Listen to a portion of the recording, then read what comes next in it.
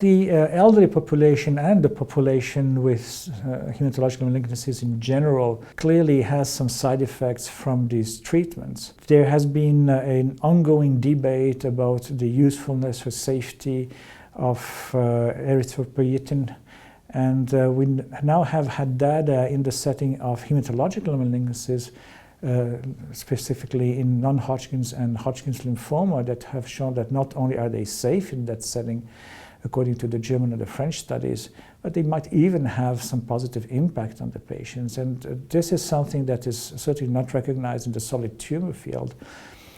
The appropriate use of growth factors when patients receive cytotoxic agents and have a risk of neutropenia is something that really needs to continue to be discussed. We have good data to show that hematologists are actually applying the guidelines that exist. But this, while it is true for a majority of them, is not true for all of them.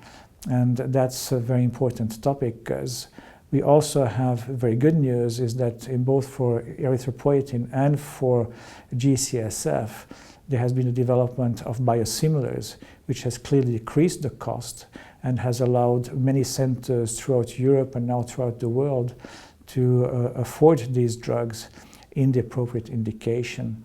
In the setting of further support, bone-modifying agents are very important. Many of these patients will have frail bones because of their age and also because of the treatment. For example, the use of corticosteroids, which is very frequent in the setting of hematological malignancies, is something that will decrease the bone mineralization, and we have to take that into account, besides, for example, the situation of multiple myeloma that directly attacks the bone by itself.